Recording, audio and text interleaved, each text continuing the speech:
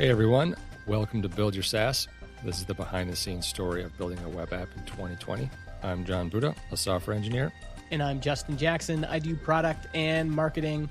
Follow along as we build Transistor.fm. You noticed that Chris last time did a little max headroom on that Transistor.fm? That was pretty fun. I like those little touches. He's good at that. I heard an interesting idea from Ben Ornstein on the Art of Product podcast. He's reading this book on being a better CEO. And one of the things that the CEO recommended were these reviews you can do with another person, whether it's a business partner or a direct report. Basically what you do is you say, I like it when blank, and then I wish blank. And so as an example, you might say, oh, actually, what was the example that he gave? I like it when Ben tweets about Tuple to his audience. I wish that Ben would spend more time on Tuple calls with our customers, was some of the feedback he got from his two partners. And so basically, the format is these things get written into a doc, and then the person who received the feedback, and you can imagine how scary this would be in some ways, the person who received the feedback reads it out, and they reiterate it in their own words to ensure that the person who wrote it, that's actually what they meant, right? Because you might be like, I wish that Justin's breath didn't stink so bad. And then I could read it and you'd be like, wait, no, that's not what I meant. What I meant was, I wish that Justin would answer my pull requests faster. That would be quite a departure. But that would be. Also, I have no idea what your breath smells like. So. Chris Enns had this funny tweet where he was like, does anybody else like watch a YouTube video and as they're watching this talking head go, I'll bet you their breath smells real bad.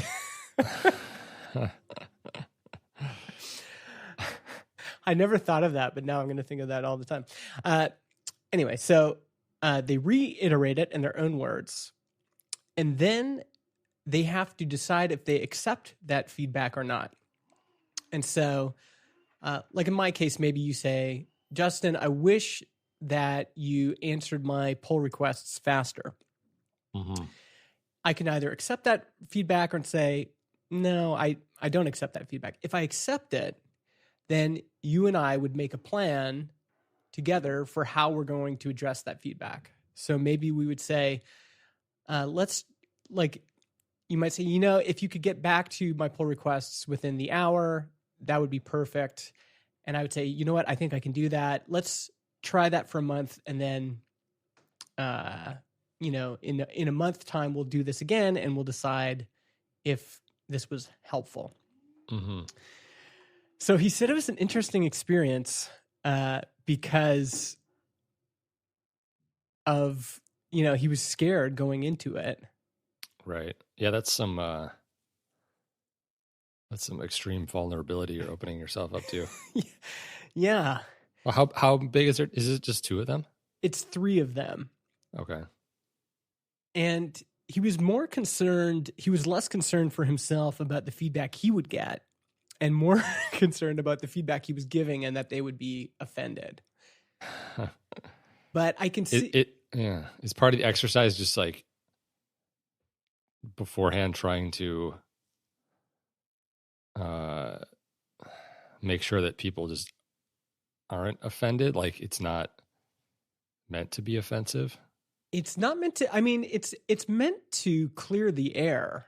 It's meant to address things that might be simmering that would be difficult to just bring up in conversation.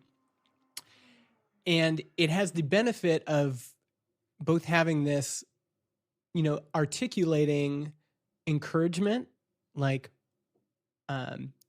that you might not normally articulate, but at the same time being able to go, this bugs me, or this, Right. I wish that, Justin would stop doing this or start doing this, or would be more sensitive about this, or whatever it would be. And he reports that he was nervous going into it, but after, they had a sense of just lightness. Like the air had been cleared. There was no kind of weight anymore on them. Anyway, I thought it was interesting. It might be something you and I should try at some point. It sounds like what I was doing in my last job for, bi-weekly reviews with people. It's like similar type of stuff. Yeah. And how was that? It's tough. Okay. It's hard to get used to, and because you become friends with these people, and then you have to tell them what they're doing that can be improved, or that their breath stinks. Right. Did they give you feedback as well? Was that part of it? I would ask for it, but they generally didn't have a lot. I think this is hard for people to talk about. Yeah. It's like, really, if you're not used to it, it's really hard. Yeah. I was also thinking, I think we can reveal this now. We've hired somebody on a contract basis to help us with customer support. Yeah. Helen Riles. She's awesome. If you see her in the chat, then there's already, I've noticed people are already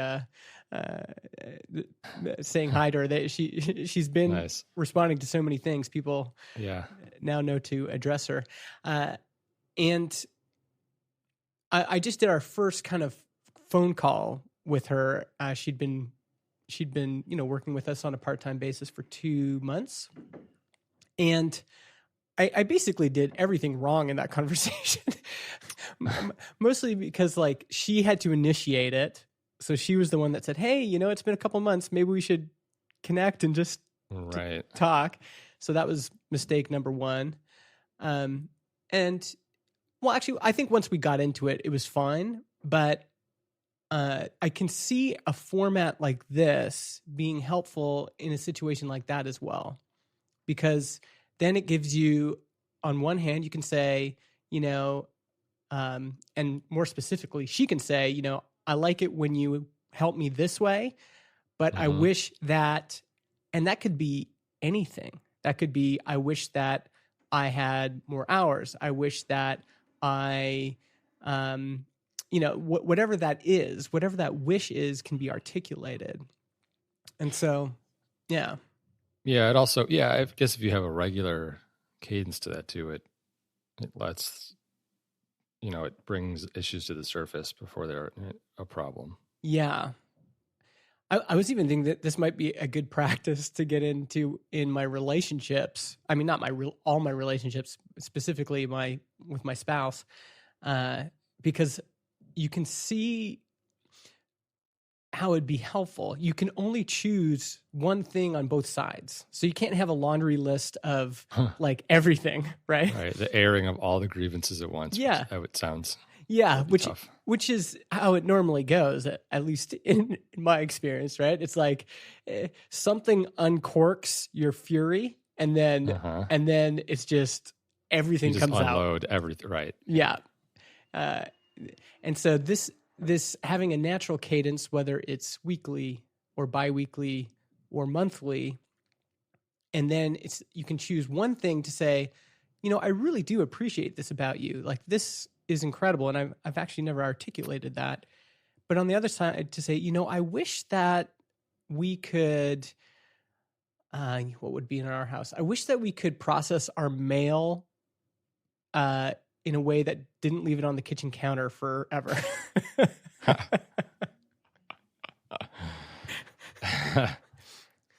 How are you at processing mail? Oh, there's piles of it. Things I just don't need. But also should probably shred, but don't have a shredder. So yeah, it just stays around forever. Yep. So anyway, something to think about. I think I'd like to try it with you, even though there is a part of me that is nervous about it. It feels like it would be a healthy practice. Yeah. And I thought I'd share with everyone else because, yeah, it's. So what have you been working on? What's the update since last week? Mostly, let's see, where was I last week? What were we working on? I think we had been started. Let's see, I'd started the Tailwind dashboard, right? Mhm. Our new dashboard built on Tailwind CSS. I had been building out some templates outside of our main app, our main Rails app. And we kind of went through that stuff a couple times. I went through it earlier this week, kind of to the point where it was like, all right, this is starting to look good. It's actually probably a good time to just integrate all this stuff into our main Rails app. Because then you'll be working with our actual code and some actual data, and there's a lot of little edge cases of things that, there's like conditionals in the templates where, if your podcast is in this state, then show this, or if your user account is delinquent, then show this stuff or whatever. And also it was kind of like as we were demoing it, it was like, we can't show an upload because it's not in the main app. So why don't we just move it over to the app, put this in a branch, and start playing around with the real deal? Yeah.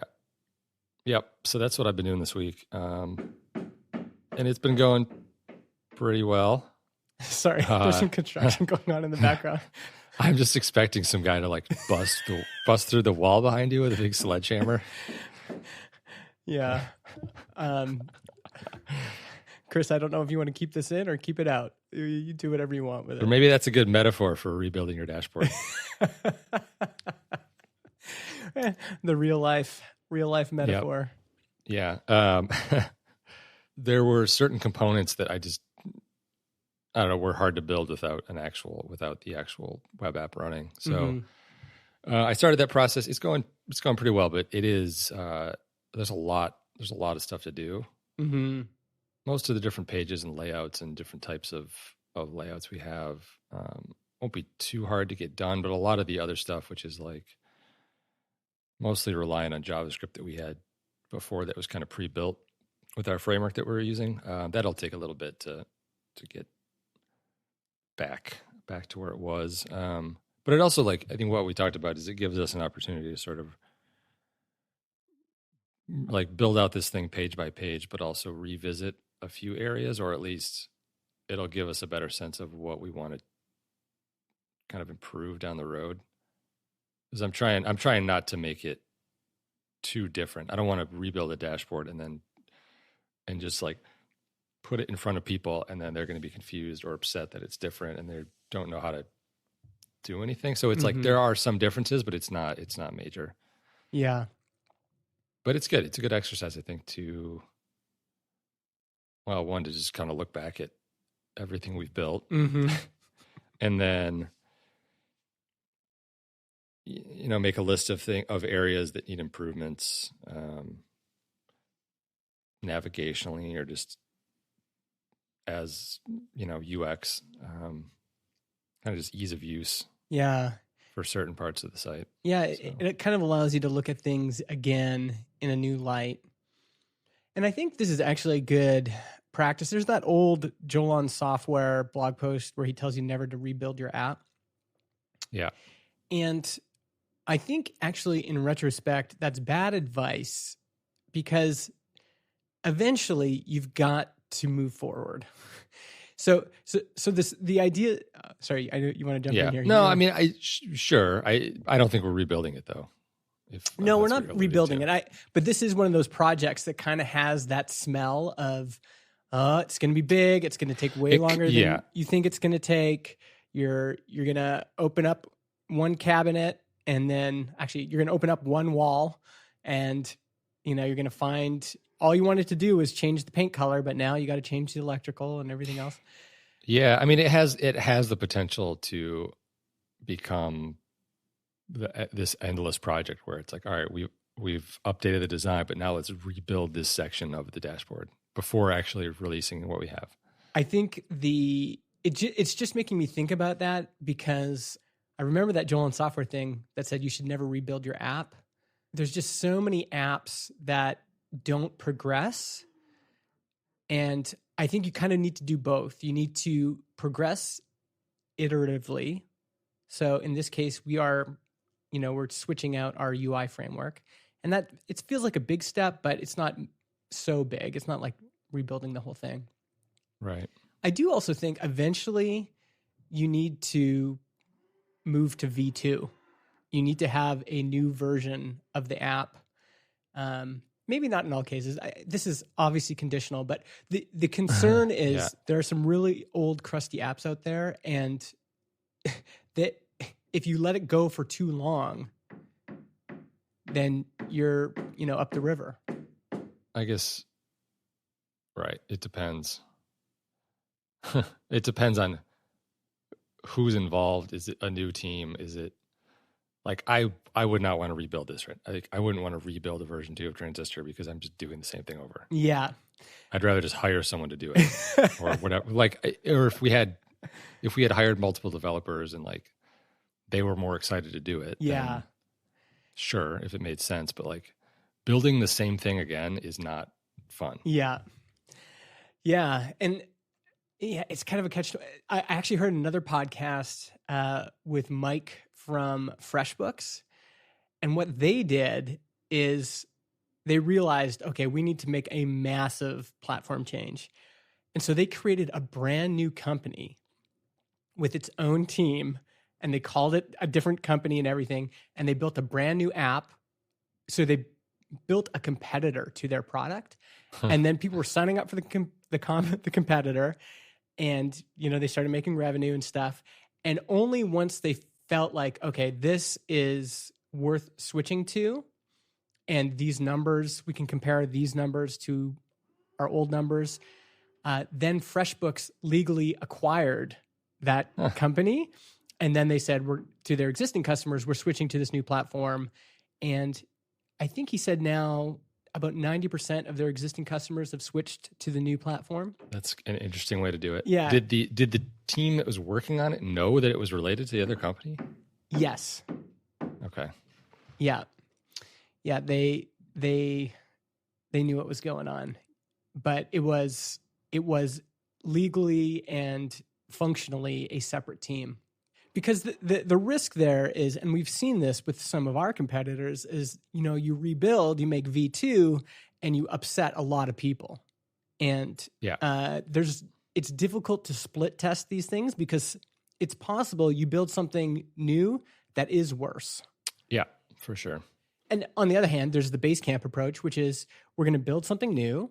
And if you want to stay on Basecamp Classic, that's fine. We'll keep that running forever, but our marketing page, when you click sign up, is going to go to V4, and that's you can't sign up for a Classic anymore. We're way far away from this. And also, the dream, of course, is that you can iteratively upgrade your app as you go, and that it, you just keep putting fresh new coats of paint and keep changing the plumbing and the dream, of course, is that you never have to make a massive platform switch.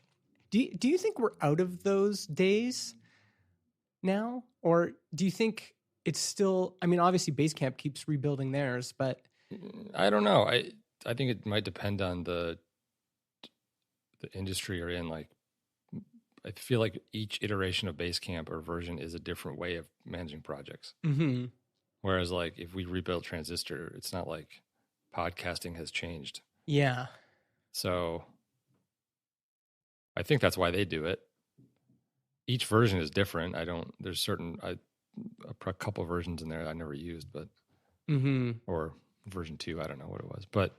So you're saying if we had a massive new paradigm, like maybe we decided we wanted to get into the video podcasting game, would that be a big enough switch that we would need to rebuild the platform? Or do you think even that could be iterative? No, because video podcasting is almost exactly the same as audio. Okay, what if Donald Trump outlaws RSS feeds? and he implements a new spec that all American companies need to follow. This is a bad example already. Yeah, this is bad. I'm just going to go into a political rant now. Bad example. What if the, I mean, that would be one. What if somehow the RSS working group gets back together and actually releases a new version of the spec? It's fine. It's fine. It's only one small part of our app. Yeah. So I don't know. Maybe not. Maybe podcasting is a bad example. I don't know. I mean, maybe we are out of that period where we need to rebuild things. Yeah. I mean, you've already rebuilt a podcast hosting app twice. That's true. So, I mean, in some ways, this is V2. Yeah. That's true. And so that, I think, and really, I think this dashboard, and we have been, building new things. So, like, as an update from myself, we talked about creating a change log for our app. Mm-hmm. And I've been working on doing something like that. And so if you go to transistor.fm/changelog, you can see it. What to do that, to kind of backfill everything, I went through every email newsletter I've ever sent out, and where we had a feature announcement, and I put that in. Okay. And going forward, our changelog updates might not be like that. Maybe we'll, I don't know how we'll structure them, but I just wanted to have something in there so I could look at it. It's amazing when you look at the cadence of releases, because we generally only tell people about major releases as well. It's pretty, it's pretty consistent. And there were a few of those updates from way back when I was like, whoa, our analytics used to look like this. And, oh yeah, we used to do, this flow this way. That's crazy. So it is amazing how much an app can evolve just as you work on it, right? Yeah, it certainly is. I mean, I should look back at our GitHub commits from, I guess from the beginning of time to now, or when we publicly released it till now. Mm-hmm. It'd be interesting to look at it, because we also have in GitHub, we have pull requests, which are generally a feature or a fix or something. So you can actually go through all of our old pull requests too and see what's been changed. Yeah, maybe I should backfill some of that stuff too. Yeah. By the way, I want to try one more thing, and I want to try it live right in the podcast for folks that are listening. This is an experiment it's an experiment in making podcasts more engaging and interesting, and maybe trying something that doesn't get tried very often. If you go to transistor.fm/contest, I want to do a little contest, and I want to start with our listeners. And I think if this works, this might be something that I want to just introduce every so often. Every, I don't know, handful of episodes or so, say, okay, hey, right now, folks, we're dropping a new contest right here at timestamp 2610, and it's just for you. Go there now. And this one ends at the end of February, but some of them I might make just like 3 or 4 days long. And the idea is, if you're listening and you just go to that URL on your phone, you have the chance of being in before anyone else. And maybe this is a model other podcasts can follow to, I don't know, maybe it'll make things more interactive, or maybe it won't. Maybe it'll just be dumb. But I feel like it's an experiment worth trying. So yeah, I built this little page. I'm using my friend Yaz. He's built this thing called Contest Kit that I'm trying out. And it's kind of cool. Like, you just set all the prizes, and then you can make it draw like throughout the contest, or you can make it do the draw at the end of the contest. And then it just it just randomly selects all of the winners and notifies them by email. So yeah, right now I've got some microphones listed there. You're probably right. I need to restrict where we ship that thing, but yeah. I also think another driver of that for me was I listened to a lot of new podcasts on our system, and a lot of folks could really improve their podcast just by getting a better microphone. And so I'm trying to think of ways you and I can encourage that. I think maybe a contest is one way. Another thing I'd like to think about is, again, figuring out how we can get better microphones into the hands of folks that, are creating interesting shows, but maybe don't have the funds right now to get a microphone, and hopefully attracting more diversity into podcasting as well. I'm trying to think of ways we can encourage that. So this contest is kind of in that world. It's not exactly in that world, but one thought kind of led to another. Yeah. We'll see how it goes. Yeah. So we'll try it out. Please, if you live in Greenland, don't enter. But if you win a microphone, the audio only works if you upload it to Transistor. Right? That's right. Yeah. Well, yeah. Wouldn't that be crazy if we could like convince Samson to like enter this something in the chip or something that created a frequency that only works. Like you upload it to a competitor and it just doesn't work. It's just like noise. Yeah. Yeah. We're going to give away a free year of Transistor as well. So if you are interested in getting into podcasting, that might be a good chance. And I think I'm going to give away some free shirts. I need to get you some more shirts. Yeah, I was going to design a new one at one point and I didn't. Yeah. You just need to go into Printful and upload something. Yeah. I think I want to make some hats too with the basic emblem embroidered on it. Are you a hat wearer? Yeah, occasionally. Well, when it's warmer out. What do you like? Do you like the flex fit or? I like the flex fit fitted hat. Okay. I like that low pro hat. The barista cap. No, I'm not familiar. The 5-panel. It's kind of like it's not quite a cycling cap. Like the cycling caps had that build though too. In like Tour de France. Okay. Wow, man, it sounds like you need a cap education. Sounds like it. Anyway, I think we're gonna make some of that stuff. Printful is really, if folks haven't tried it out and they're looking to dip their toes in making a little bit of swag, they do print on demand, and the print is not as good as if you'd screen printed it on. But I'm wearing one right now. My I Love PHP shirt. I made this for Laracon. So nice. I've watched this probably 10 times, and it's still fine. It just does it fades differently than a screen print. But screen prints are always, that's like the gold standard. Yeah. But again, this is pretty close, and they also do print on demand embroidery on demand. And so you can get, like, instead of having to order 100 caps, we can just order one at a time. And the other thing is they've somehow gotten the shipping super cheap. So some items, like they have print and fulfillment centers in the US, Asia, and Europe. And so they can, embroider it on demand. And sometimes the shipping is like $3.95 per item. No tracking on that, but still pretty good.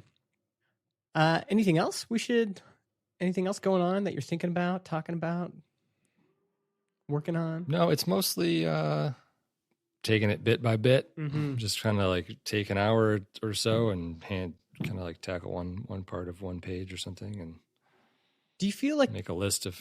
Sorry to interrupt. Do you feel like you're getting enough maker time? Yeah, I do. Some days are different than others, but I think it's just a matter of me muting certain communication channels. Yeah. Yeah, there's definitely times where I'm easily distracted by an email or something in our support system or something on Slack that someone mentions me and it pulls me away. So, but I have zero notifications on my computer. Most of my phone notifications are off all the time. Okay. So like I don't see most messages unless I actively check it. So and maybe just getting in the habit of closing Slack completely would. Yeah, I have a friend. I think he has actually introduced this to other companies he's worked at. So he used to work with a friend, and they had this saying that when they needed like time to work and not be interrupted, they would be like, "All right, I'm going in the tank." Right? Yeah.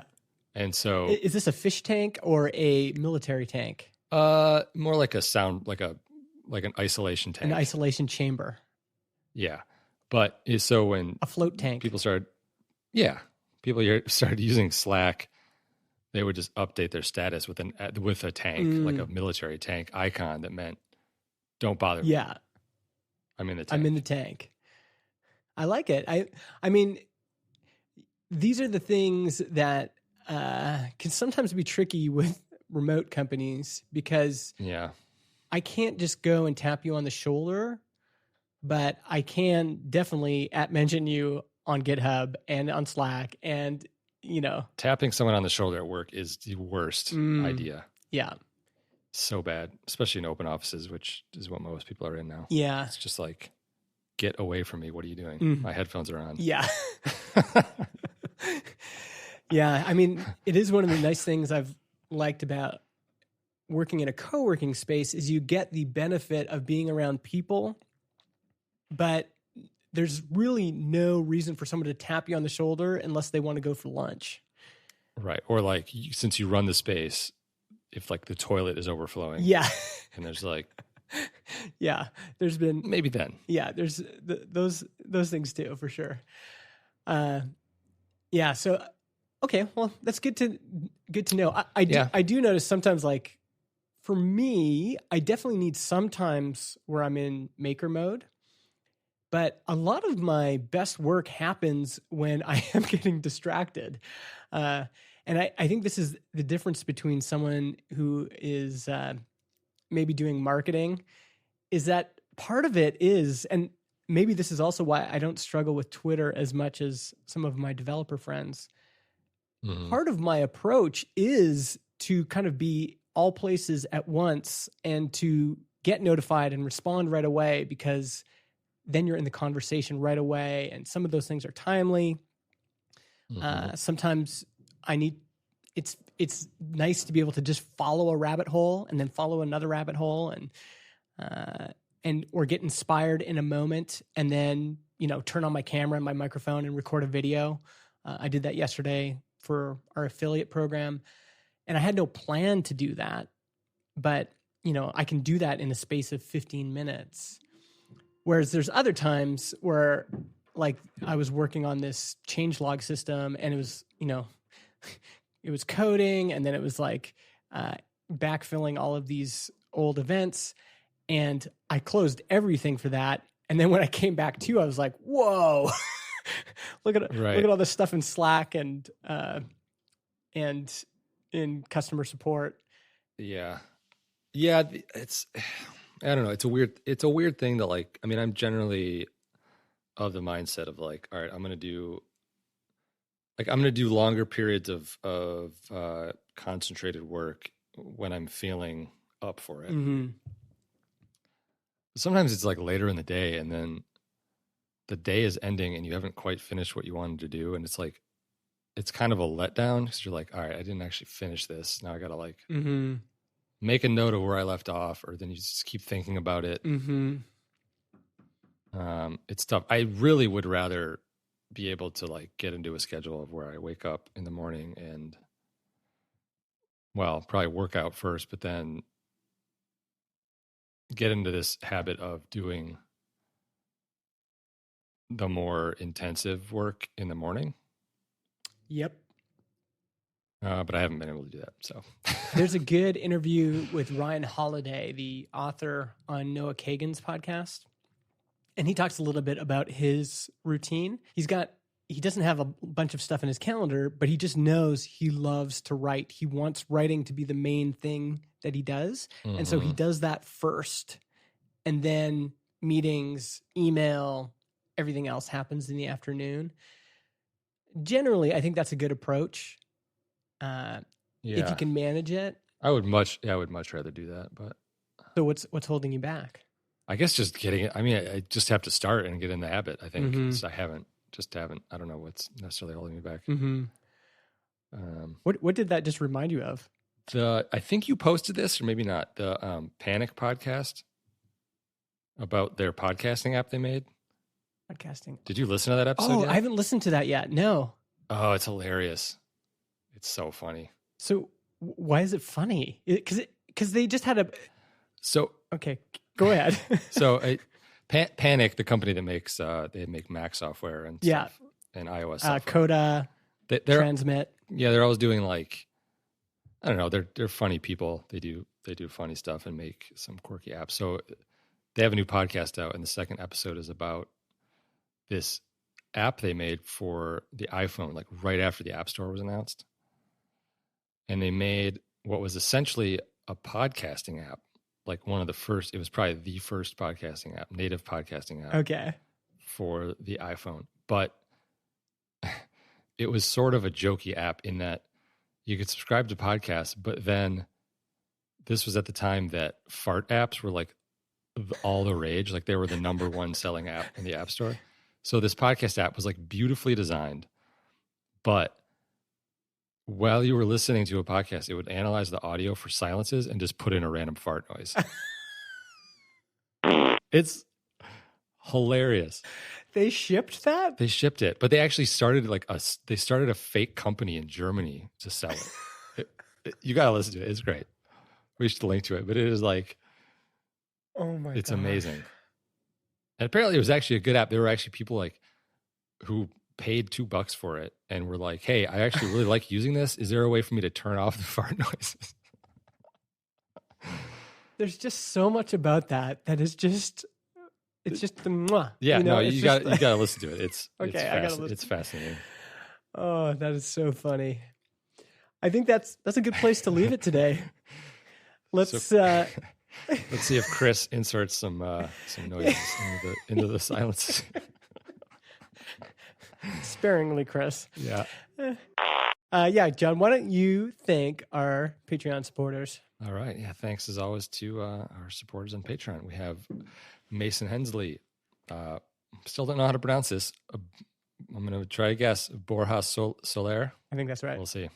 Ward Sandler, Eric Lima, James Sowers, Travis Fisher, Matt Buckley, Russell Brown, Evandro Sassi, Pradyumna Schembecker, Noah Prail, Robert Simplicio, Colin Gray, Josh Smith, Ivan Kirkovic, Brian Ray, Shane Smith, Austin Lovelace, Simon Bennett, Michael Sitver, Paul Jarvis, and Jack Ellis, Dan Buddha, my brother, Darby Frey, Samori Augusto, Dave Young, Brad from Canada, Sammy Schukert, Mike Walker, Adam Devander, Dave Junta,